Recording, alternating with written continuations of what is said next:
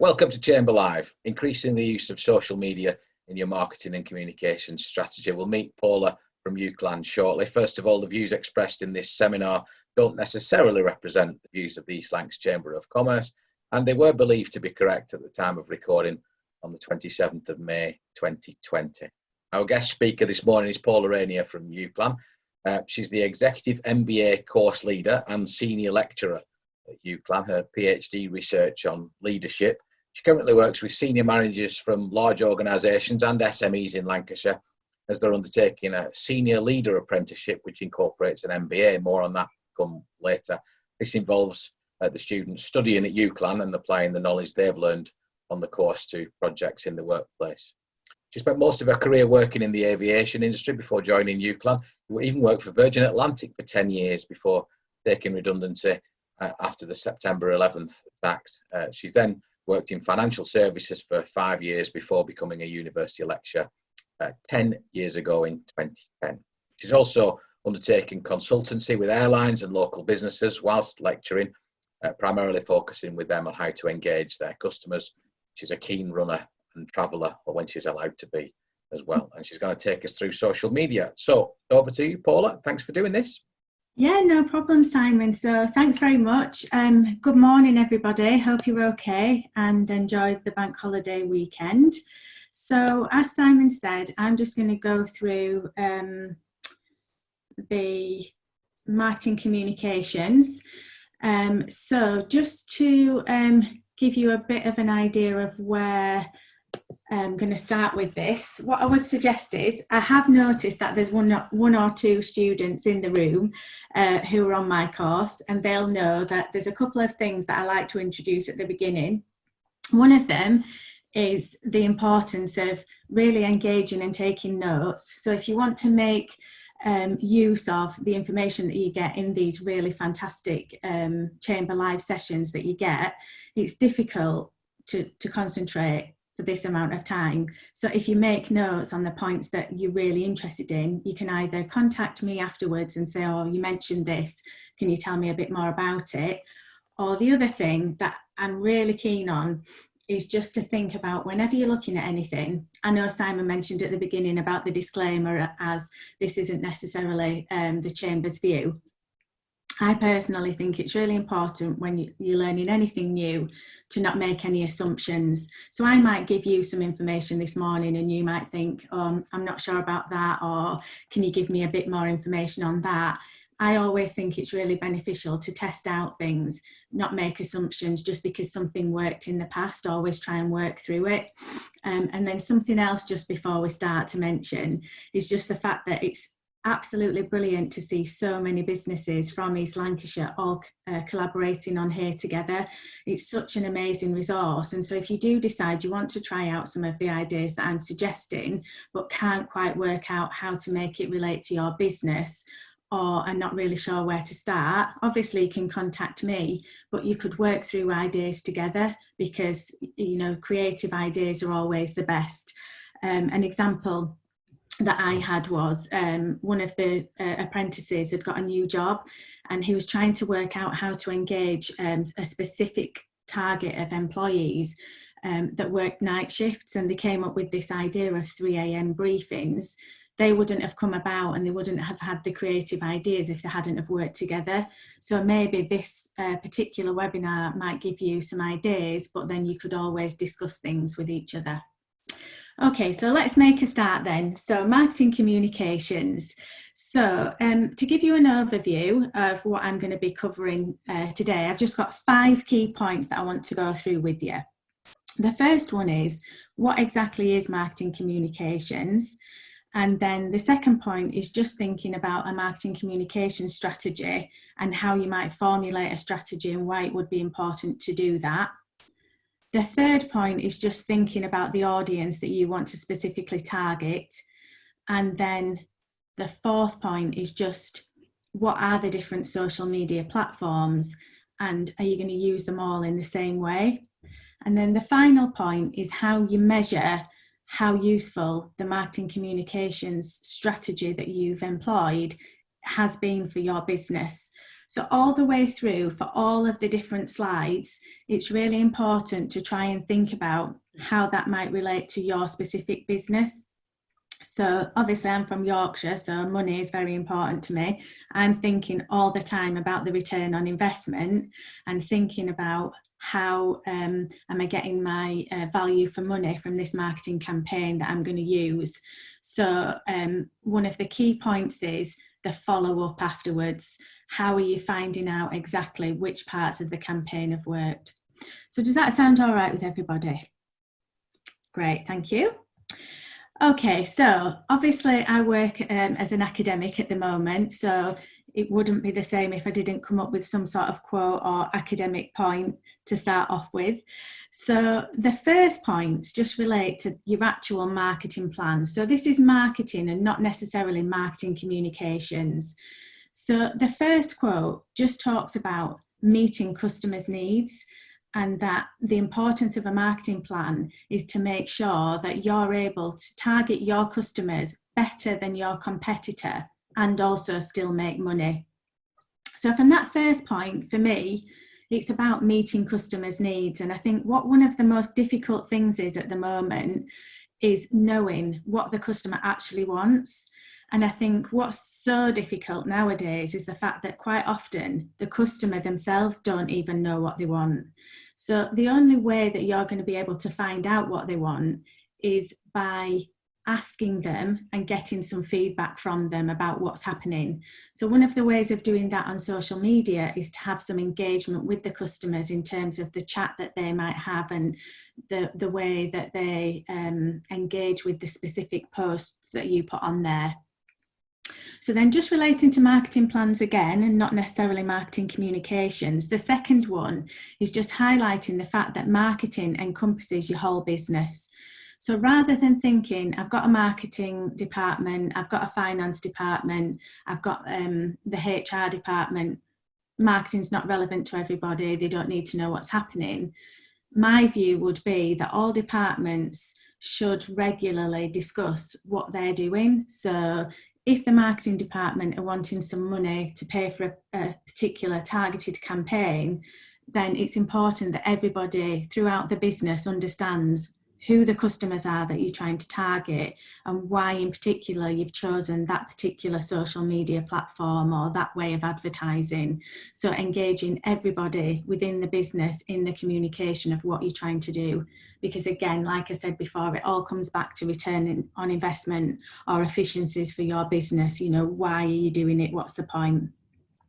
So moving on from marketing and talking about marketing communications, the communications is how you're going to put that strategy across to those particular customers. So it's about having some sort of dialogue with the customers and trying to work out how you can engage the audience so that the leads that you generate or the interest that you generate from customers turns into actual purchases with your organisation.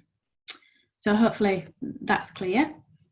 So this next slide, it's got a lot of information on there. The reason why I've put this slide on here is that if you decided, okay, I'm going to have a go at this, I'm going to try and relate this to my business, you could go back to this slide when I've given the slides out at the end and relate it to how you could use it. So this, it gives you a way of planning exactly how your marketing campaign is going to be so specific for your business that there's no issues for anybody in able to understand exactly who your main competitors are, what the purpose of the strategy is, and exactly what you're trying to achieve from that strategy. So I'm not going to go through all these individual points, but if you want me to go through with you how to relate this to your business at a later point, just send me an email and I can explain it to you. I'll just pick up on the first one, which I find particularly useful, is the critical success factors. So what you're trying to establish is, because you're going to have so many different types of customers, every customer is going to have different things that are important to them. So Simon mentioned at the beginning that I like running. So say, for example, we were talking about running clothes. I might say to a running clothing manufacturer, that for me, the most important thing is that the running clothes look nice. So I'm not really bothered about whether or not they are durable, whether they're high quality. The most important factor for me is the fact that the clothes look nice. So another customer, for example, might say, well, actually, you know, I'm not really bothered what they look like. I just want to feel comfortable and I don't want to pick up an injury. So try and work out what you're thinking about in terms of your specific products that you're selling, what the most important things are for your customers.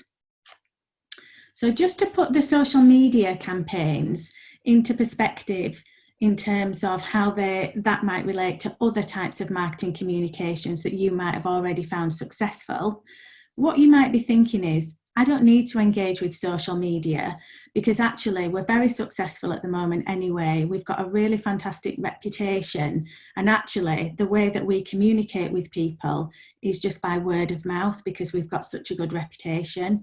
Or you might say once a year we do an advertising campaign using billboards in the town centres, or we use bus sides to advertise. We don't need to engage in social media. That's completely fine because, like you say, you might have already worked out that the way that you communicate to your audiences is very successful.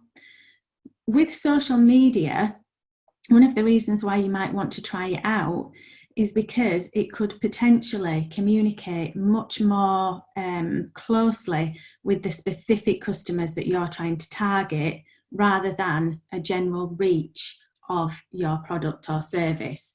So for example, say for example you were to advertise on the side of a bus, or you were going to advertise through some sort of sponsorship. The message that's going out there is just awareness of your brand. This isn't actually building up any types of customers for your brand. This is just people who know about it and know that it's out there.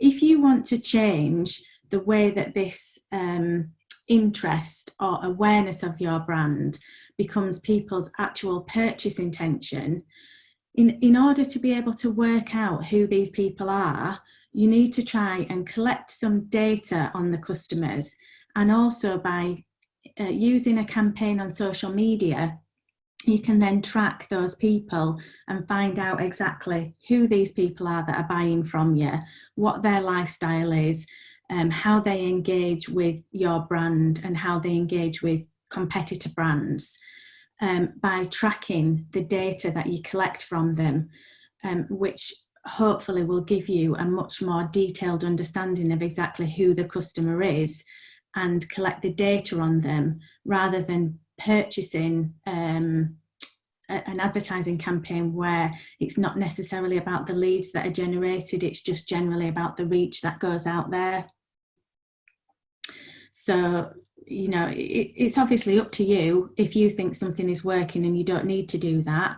But in my opinion, and it's only my opinion, with the current pandemic, COVID-19, the way that companies engage with customers is going to change completely. So we all know that whereas before, things like mass awareness campaigns and mass gatherings of people was a way that you would be able to get things out there to large numbers. People would be in large events, like for example, I know at Burnley Football Club, for example, you would have the billboards on the around the stadium, and that's been really beneficial for a lot of businesses that I've worked with in the past, of getting that message out there to people. You know, we might not have the opportunity to do this type of thing, so you need to start thinking about how you can target people much more specifically, because the way that we communicate and do business in the future is going to change so much. You need to be thinking about how that's going to affect your individual business. Okay, so we've talked about at the beginning what marketing communications is, and it's important, in my opinion, to understand how to plan exactly how you're going to communicate information to these customers. So one of the ways that I've shown you already is planning how it fits in with your overall marketing strategy. So it's important to have a good understanding about your business in terms of who your main competitors are and what the type of person is that you're trying to target.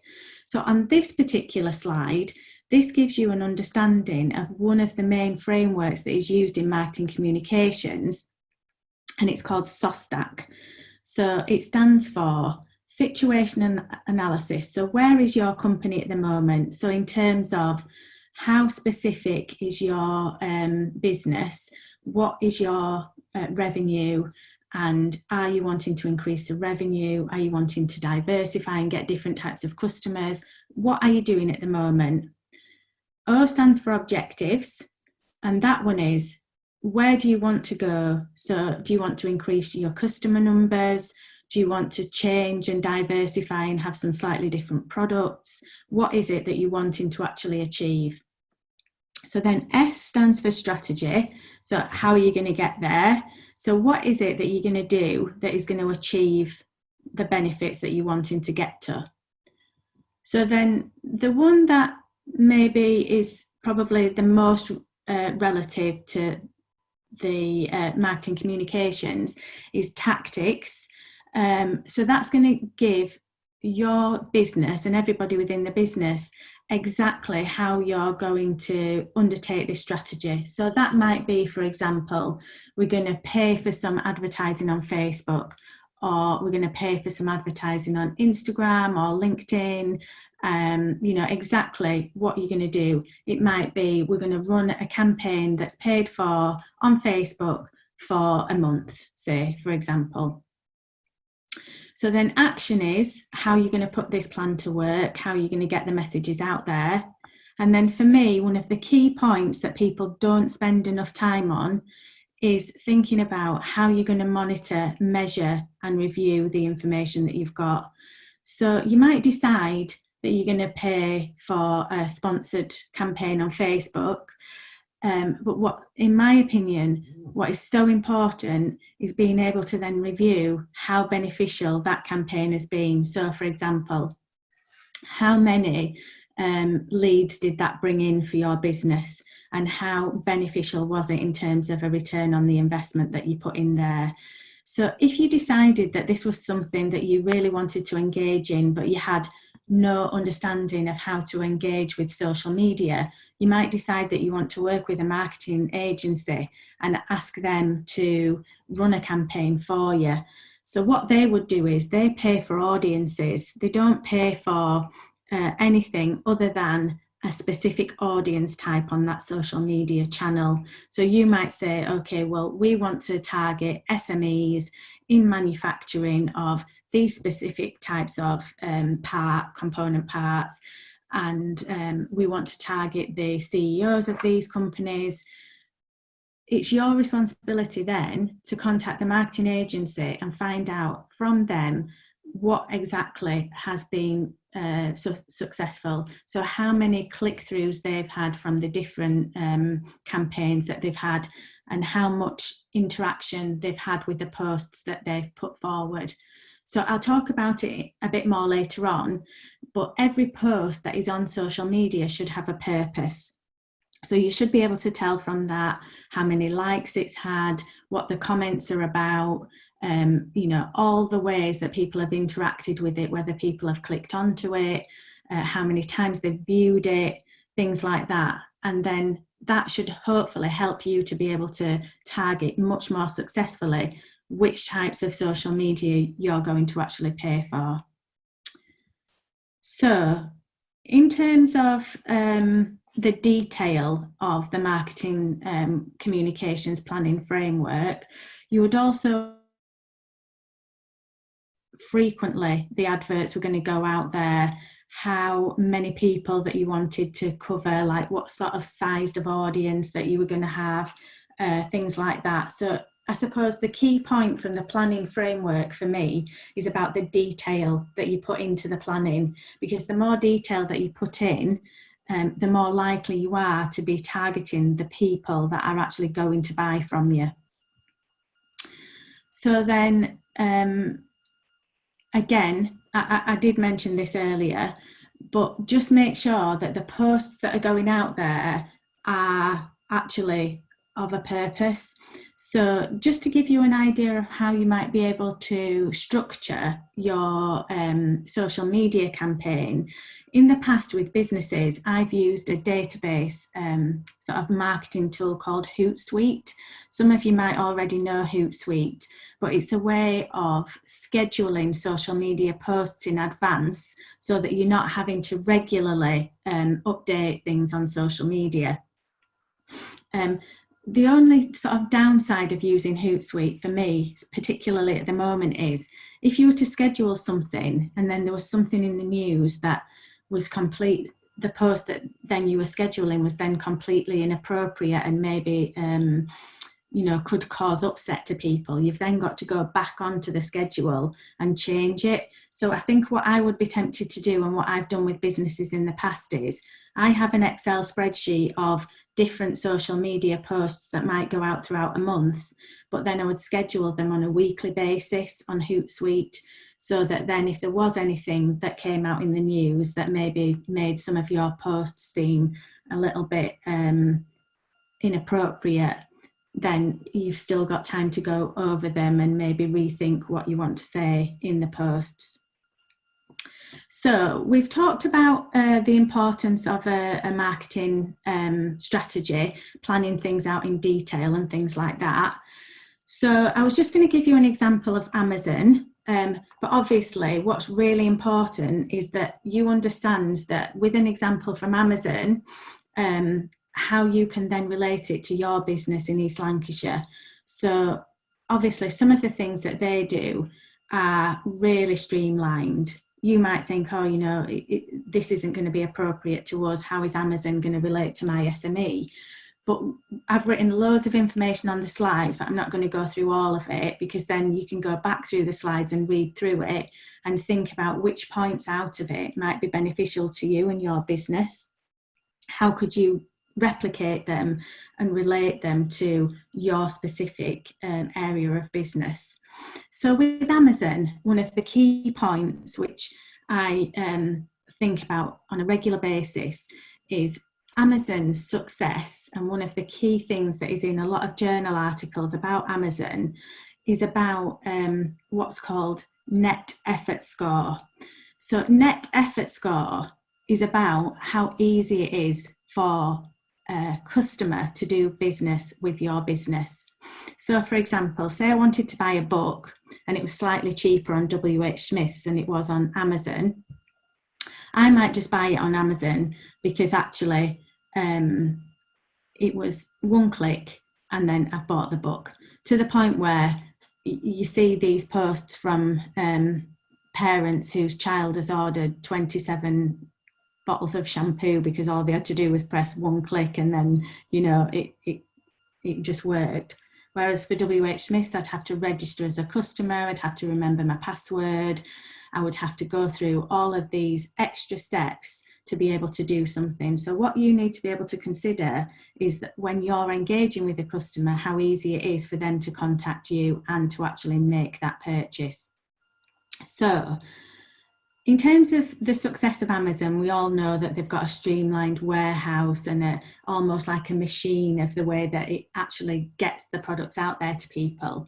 But one of the other things to consider with them is that they almost have another equally as important business, which is the data management business or the metrics business. And what they do is they run alongside their warehouse loads and loads of data on every individual customer. So I'm sure a lot of you know about cookies and the fact that you look at something and then the next day you're getting a specific bespoke advert just to you about that specific product, because they're collecting data on you all the time. But what Amazon do is they take it one step further, and every single contact that you have with them or other people that are similar to you have with them is tracked, measured and monitored, so that they can collect an avatar about you and they can work out, oh right, okay, so Paula, well, she goes out running early in the morning and she's usually on Amazon probably about 9:30 at night, and then maybe on such and such a night she might decide to make a purchase. So we need to make sure that we increase the number of posts that go to her on that time of day. So I've got 3 slides on here about Amazon, but like I say, I'm not going to go through all of them. It's just about Amazon taking that detail about the data that's out there on you so that they can predict what you want to buy. What Amazon do is they don't give you access to their whole catalogue of products. They'll give you information on what they think you want to see, and then they'll try and persuade you to buy that by building up a picture of what you've purchased before. In addition to that, they'll also collect data on other people that might be similar to you. So for example, if you fit into a customer niche, then of other people that are of a similar age group, what type of property you might live in, what type of income you might have, and then give you recommendations on what those other customers might like.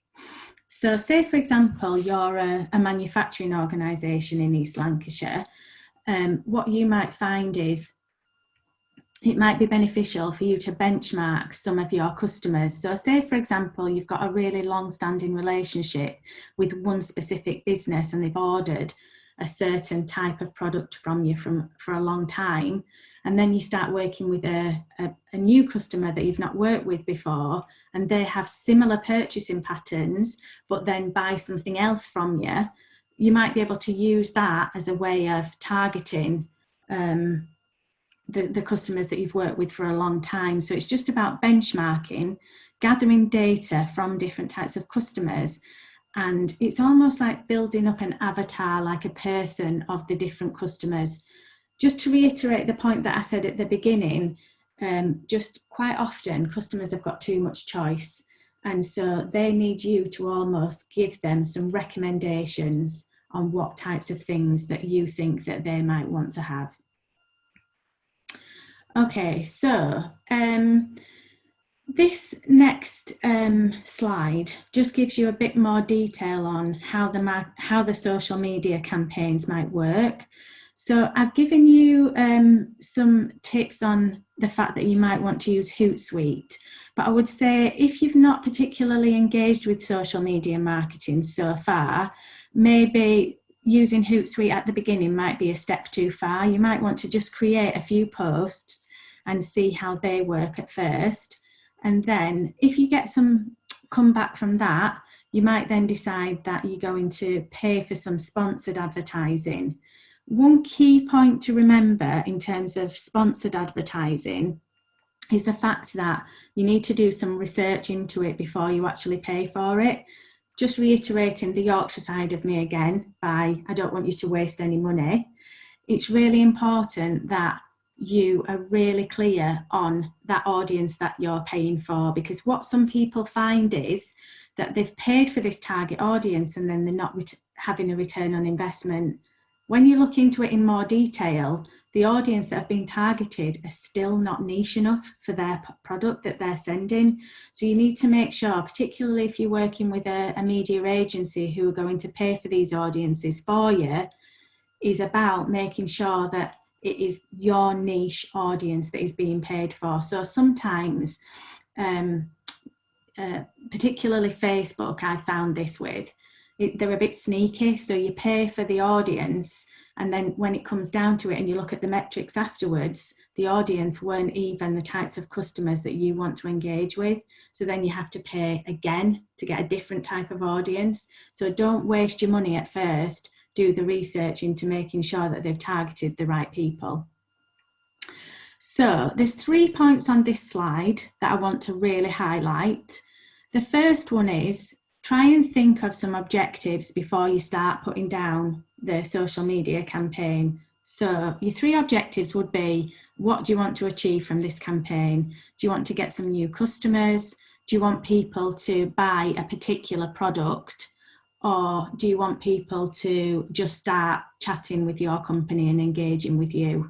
So what is it that you want to achieve? And if it's, say, for example, you want to increase purchases of a particular product, like say, for example, you've just launched Coca-Cola Energy, and it's that particular one and not the whole of Coca-Cola Coca-Cola products, then you have to think about how you're going to get the audience for that specific product. So again, if you think about a manufacturing industry in East Lancashire, is it a particular component part that you want people to know that you're producing? So you might find that the best way to get that information out there to people is to put information on LinkedIn that relate to that specific product and not exactly what your company does overall. Do you see what I mean? So it might be a campaign that is just about your business and attracting new customers, or it might be a new product or a product that you're not getting enough sales on that you want to talk about. So rather than just increasing information out there about your company, make sure you target that particular product. So my favourite one, what's the return on investment going to be? So you need to make sure that you are considering how much money you're spending on this campaign and how many people realistically you think that this campaign is going to bring in. And then the final point, which I've reiterated a couple of times, is how are you going to track the data? So how are you going to find out which people have engaged with those social media posts? And how are you going to make sure that the right people are seeing the posts that you've advertised? So this just gives you an example of why it's so important to target the specific audience. So I like to use examples of businesses like Uber, because Uber is obviously a disruptor within the market. Who would have imagined a few years ago that taxis would have been taken over by a completely different business? And this example is auto rickshaws in India, where they used the data and the metrics that they collected from Facebook to find out exactly who their customers were. And they found out that people that were engaging with their business were between 18 and 34 years old, and more than half of them were using Android. And so they then paid for an audience of people who were between 18 and 34 years old who used Android. And as a result of requesting that very niche and specific target market audience, the amount of money they were spending on the campaigns reduced by 40%, because they were able to target that specific market that they wanted to reach, rather than just say, for example, I don't know, 20-year-olds or something like that. So if you're not getting the return on investment that you think you should be getting, you need to have a look at why that is going to be really specifically. And you can see from this that can give you a good understanding of why. So I did already mentioned before about benchmarking, but in any area of business, I find benchmarking to be really important.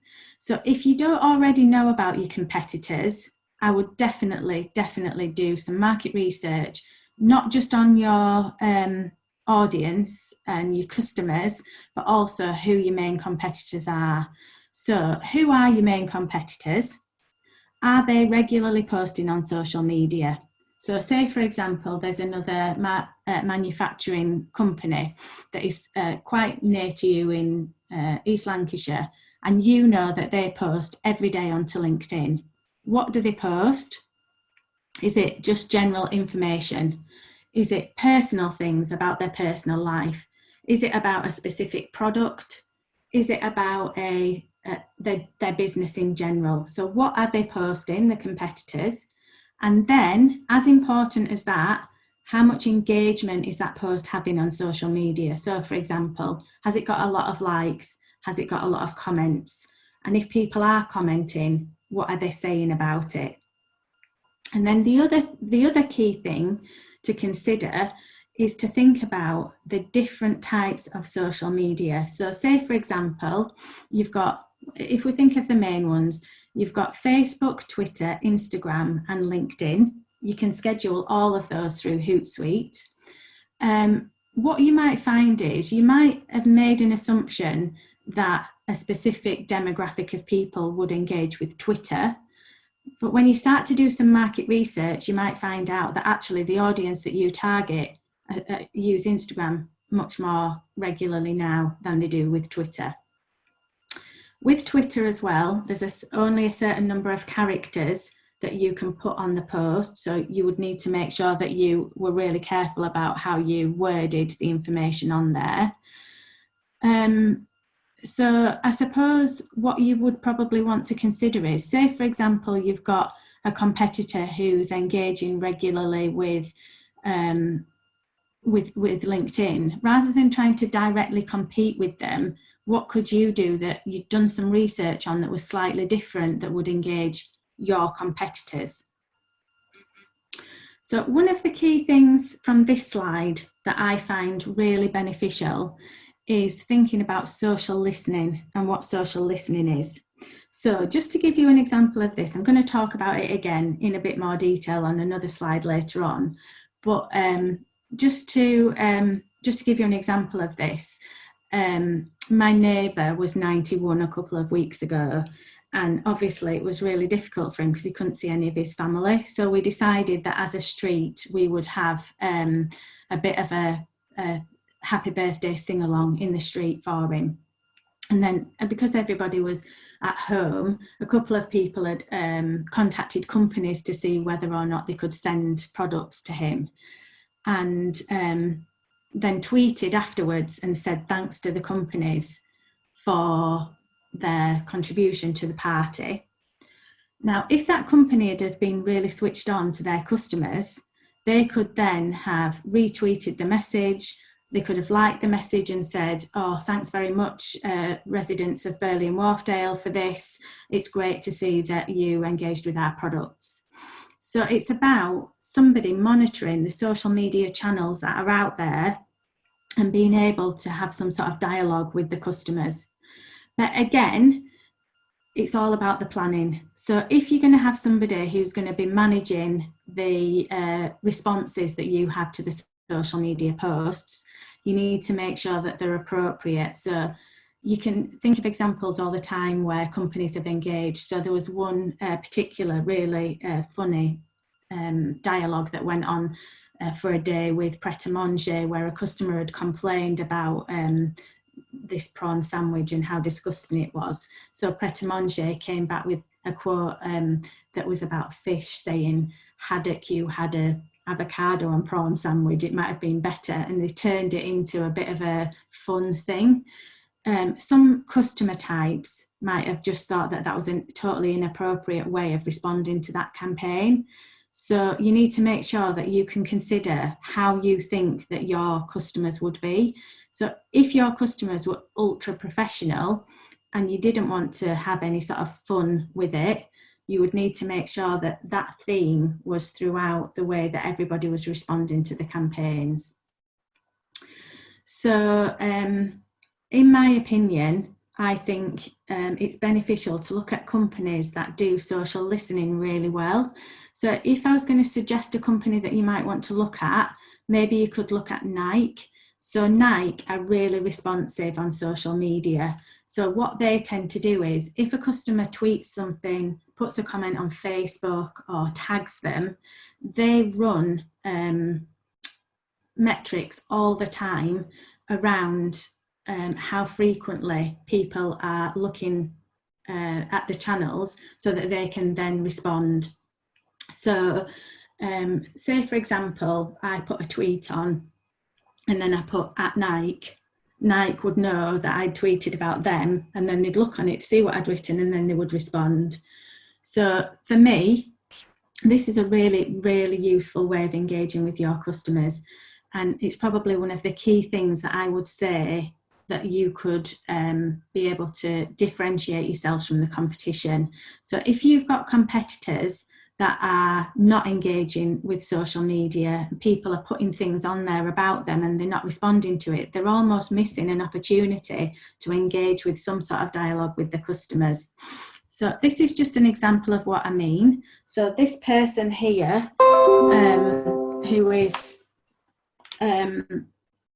has tweeted here and said, can I just say this has changed my life, please keep making these, I buy 2 every day before I go to work. So this person is obviously an advocate for this brand, loves the product, and is giving some real kudos to Coca-Cola about this drink. So then Coca-Cola have tweeted back to say, fantastic, you know, direct message us to follow this up. So they're going to follow up this with this customer so that they know that they can have some more conversations with them. So it's about being able to directly engage with these customers and maybe talk to them about your products and get the message out there a bit more clearly.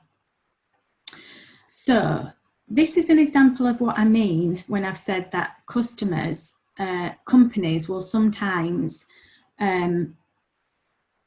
be able to see if there's something negative out there about them. So a customer might not necessarily contact a company directly and say this product is rubbish. They might just put something out there, and then the company then have to find the opportunities to be able to engage with that customer and try and work it out. So for example, on CNN News Twitter page, there's a post on there about some Nike trainers where the shoe had completely disintegrated on the court. And so if Nike weren't monitoring everything that was out there on social media about them, they wouldn't be able to rectify this situation and put something positive out there. So it's really important to try and look regularly what you're posting, what other people are posting on social media, that sort of thing. Okay, so just coming towards the end of the slides, this here you can have another look at, but again, it's just about being really streamlined and focused about how you're going to monitor the metrics and what the purpose is of the social media. So do you want to just grow the brand and create awareness? So do you want to just increase the number of followers that you've got? Do you want to engage with the people because you want them to become customers? Then you might start looking at the number of comments and likes that you've got. If you want to change these people that are engaging with the brand into actual people that are going to become purchasers, you'll look at how many people click through to actually go onto the product afterwards. And then if you want to increase retention of these customers, you might then look at the number of people who would give you a positive review, say, for example, on Facebook, or a positive review on other types of sites where they can put some sort of testimonial. Just on that, another really key point, which I would consider over everything in terms of the way that you post information out there on social media, would be about the emotional connection with your customers. So how do customers feel when you post things on there? Do they feel valued by your brand? Do they feel like you care about them as a customer? So what is it about the way that you respond to what these customers are doing or saying that makes them have some sort of emotional connection to your brand, makes them care about you having a good reputation, then want to share that information with other people that they know? So again, the way that you collect the metrics will depend on whether these people are just interested in the brand, whether or not they're going to follow the brand because they're becoming interested in it, or whether they are actual advocates for the brand. And then you'll be able to measure that and decide whether somebody is a real advocate for your brand or whether they're just somebody who you need to send more advertising to on a more regular basis. So something else which a small business that I've worked with recently found really beneficial was using a sort of promotion to gain customer engagement. So what they'd said was the first 50 people to buy something from their shop, so it was like a designer clothing company, the first people to purchase on that day would get a goodie bag. And I mean, the amount of money they turned over in one weekend was unbelievable. The success of that specific campaign, based on them knowing so much about their customers, what this goodie bag had inside it that was going to be really interesting to these people, drove their sales through the roof just on one weekend.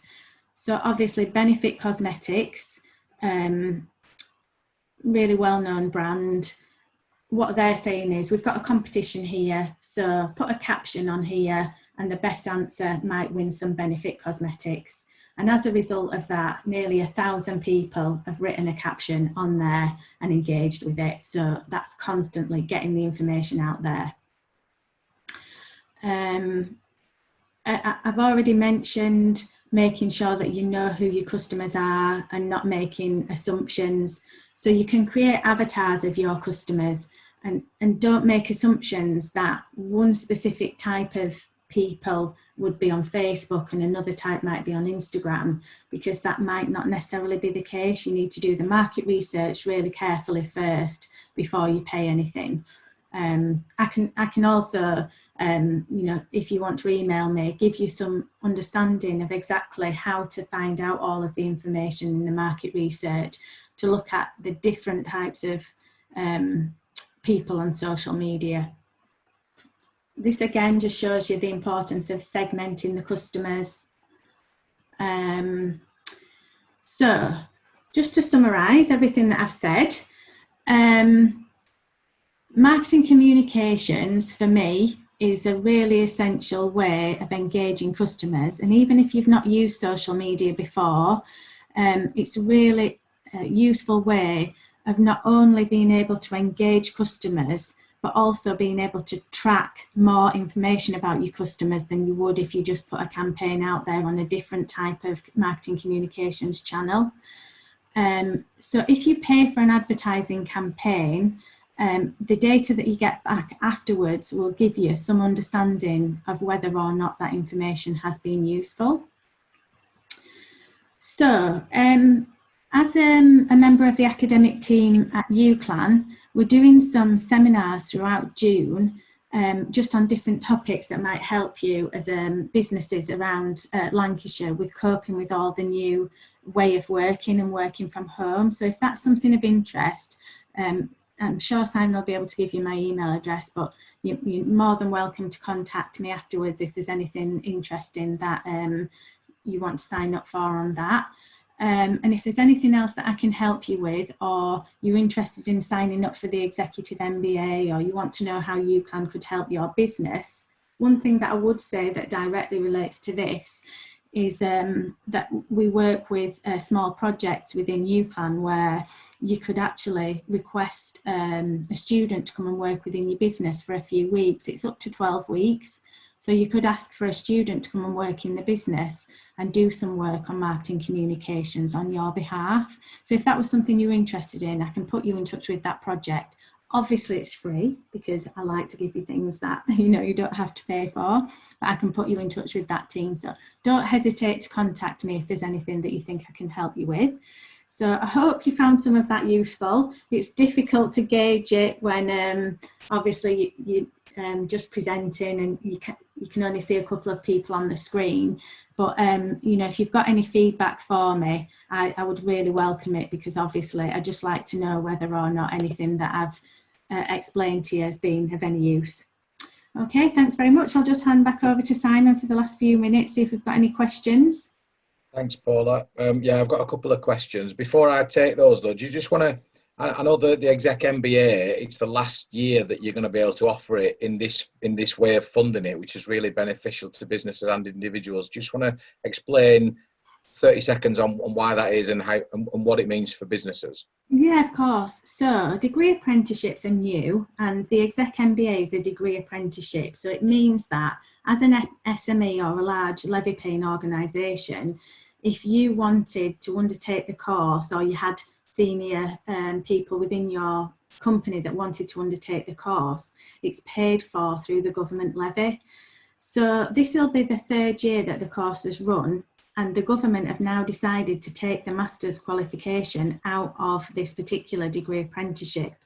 So in order to exploit this opportunity, we're going to run one more course with the MBA. So if you're thinking about undertaking the course, I would definitely recommend to do it this year, because obviously in future years, if you did want to do an MBA alongside it, you would have to pay extra for that part of the apprenticeship. What makes it so beneficial rather than just studying a part-time MBA is that because it's an apprenticeship, you put the knowledge that you learn on the MBA into projects within your company. And so not only are you learning the knowledge, but you're also seeing the benefit of it within the company. So we've had loads of people engaging with it, and we've had a lot of interest in it for this year. So if it's something that you're interested in, but you don't quite know how it works, just send me an email and I can go through with you whether or not the course will be suitable and how it's funded and things like that. Brilliant, thanks. I'll put Paula's contact details plus the slides plus details of everything she's talked about in the follow-up email. Got a couple of questions. Sophie, I've unmuted your microphone. Do you want to put your question directly to Paula for me, please? Hi. Yeah, thanks. Thanks for that, Paula.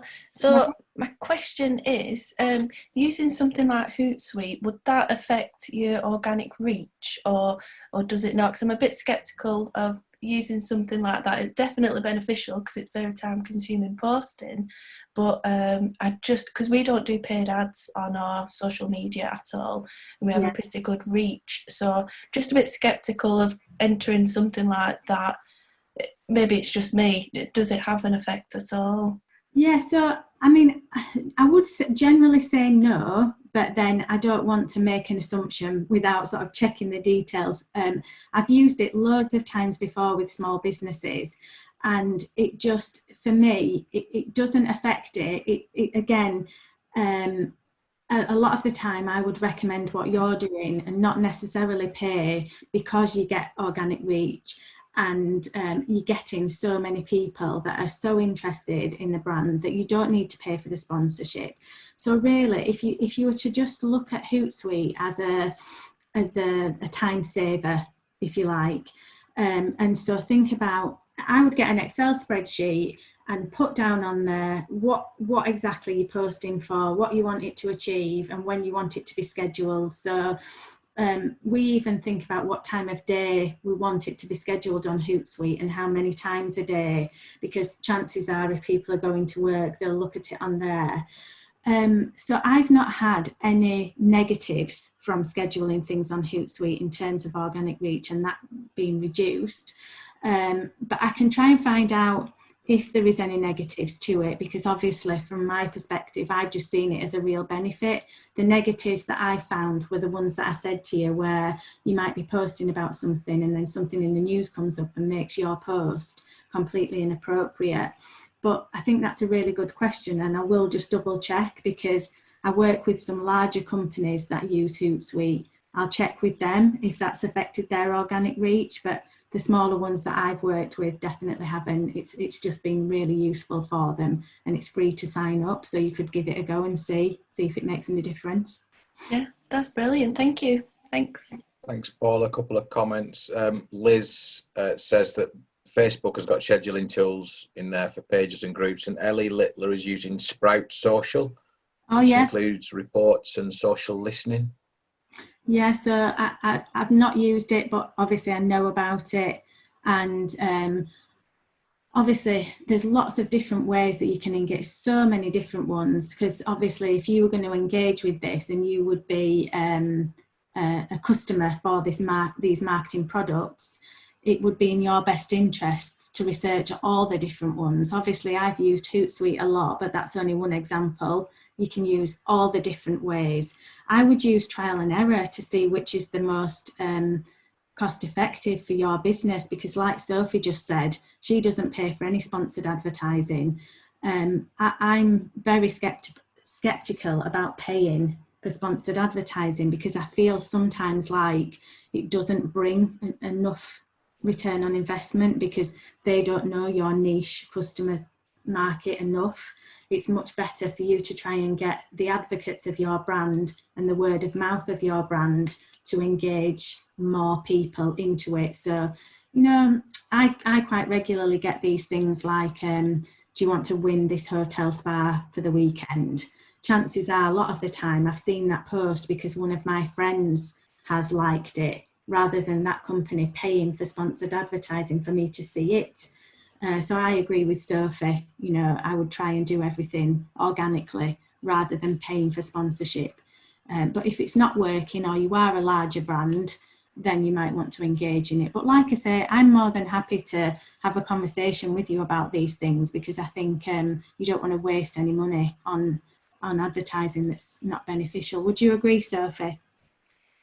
Oh, am I? Yeah, I do. Yeah, I'd agree. I mean, it's very time consuming just to build up that audience and being regular. So I like the benefit of setting up across all platforms. Otherwise, you're checking in and trying to do some sort of variation on the same day or week, whatever. But yeah, organic reach, definitely. I've noticed in the past, but talking years ago on Facebook, if we ever sponsored a post, we'd lose our organic reach and have to build that up again. So well, we just don't do any Facebook sponsored. Yeah. And something else to consider as well is, like Sophie just said, it's so time consuming and it takes such a long time to get it built up.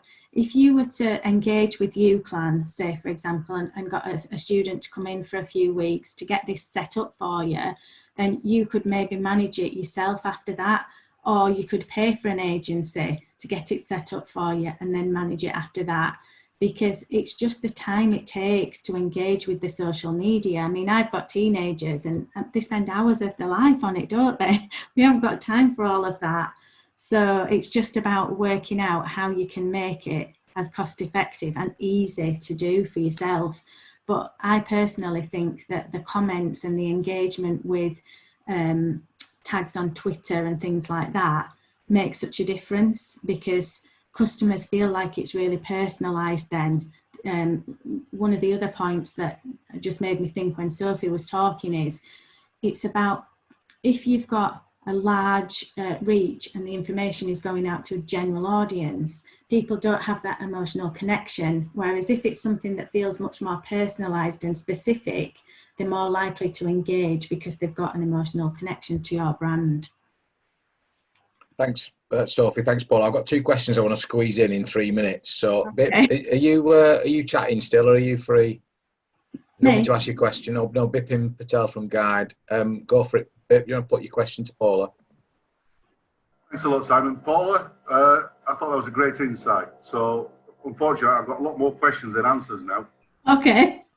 But that's a testimonial to what you're doing. Okay. You touched on ROI several times throughout the presentation, so, and across different social platforms. I just want to know, what kind of benchmark should we be expecting in terms of rate of returns on this across the social media, and how has that changed given the the epidemics that have been happening? Right. So Okay. for us, if we're kind of at a stage, say, right, we need to start looking at our marketing, which is, I suppose, one of the biggest priority now as we start to emerge out of this sector and face the challenges. If the pictures out there has changed, and I'm one of these dinosaurs, I'm already playing catch up with with LinkedIn and Zoom. I mean, I've just discovered Zoom. To make every error, right, that is known to man. Yeah. By the time I get people coming. So, it's wonderful, tripping up on every. Yeah. Okay. So thanks a lot, Bipin, and thanks for your feedback, because obviously it's really important to me. I want it to be beneficial to people. What I would say first of all is, like I said right at the beginning, don't make assumptions. And so you've just told me that you're a dinosaur, but I bet you anything, in an hour's worth of having a lesson on it, you'd be up to speed with it, because if somebody explains it clearly to you, it's really easy. So I think Sophie's really highlighted to me the key point that I want to get across out there, which for me is, particularly in these times, but anyway, for businesses in East Lancashire, what's so important to me is that we don't waste money, because at the end of the day, we can't afford to waste money.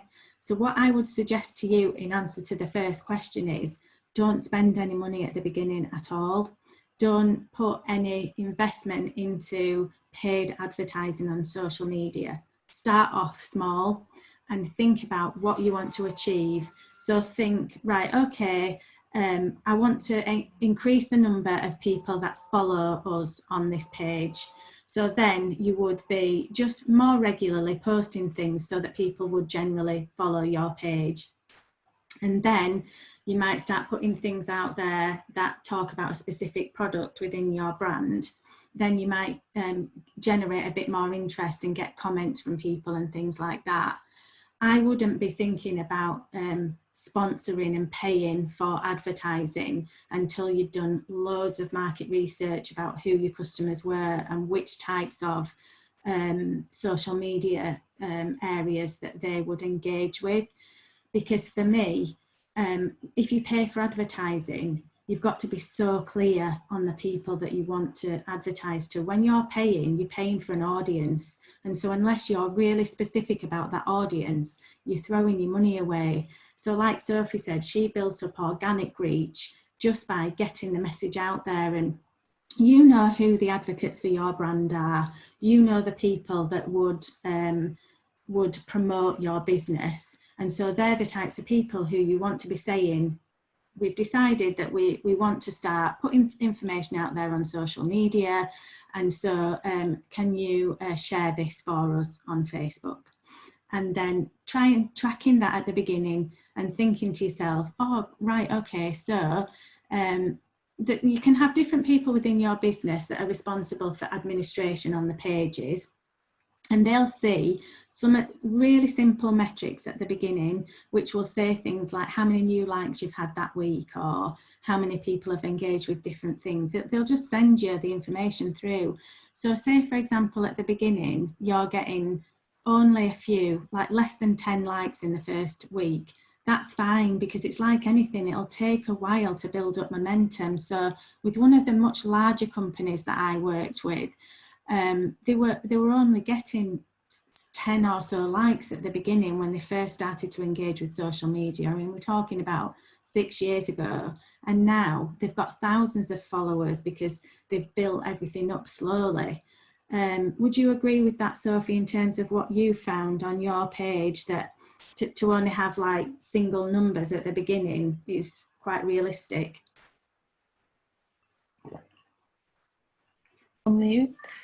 Yeah, that's true. I think it just takes a lot of effort, but like you said, knowing your audience, knowing what they're going to engage in, whether it's emotionally or tactically, because it's a product type thing, it's just being able to tap in. I think knowing your audience is just so important, and as you know your audience, they'll know you, and it'll grow eventually. Yeah.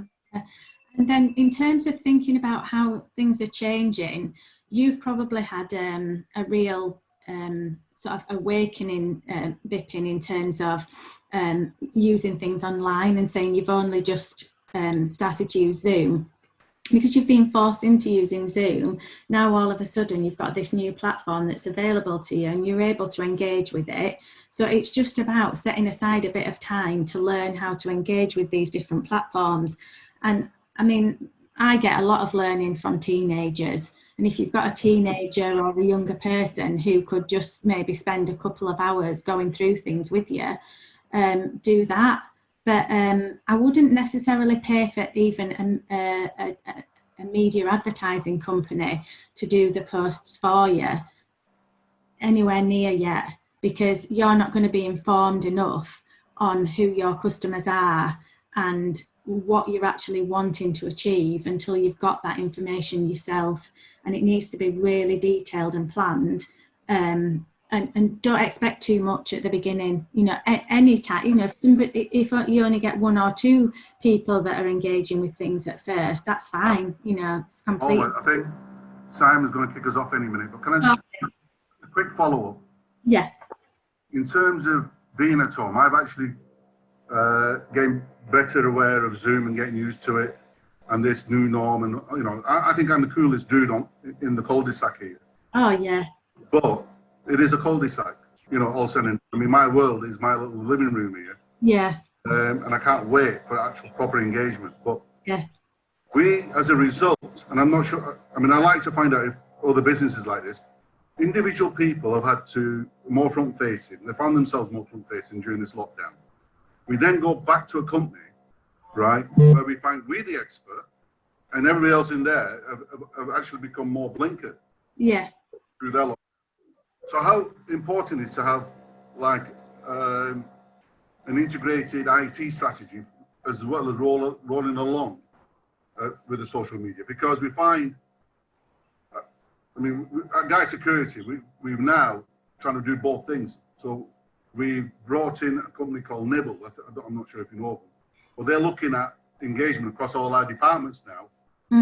Everybody up to speed, so we're talking the same language. So I'm not, and I think all that's going to happen is I'm not going to be the coolest dude in the cul-de-sac. Yeah, I see what you mean. Yeah, I see what you mean. I think that there's 2 points on that. So one of them is about IT and the other one is about social media communications. So in terms of IT, I think that's essential for your business, because obviously if you're going to keep up to speed with new developments, you need to make sure the IT department is engaged.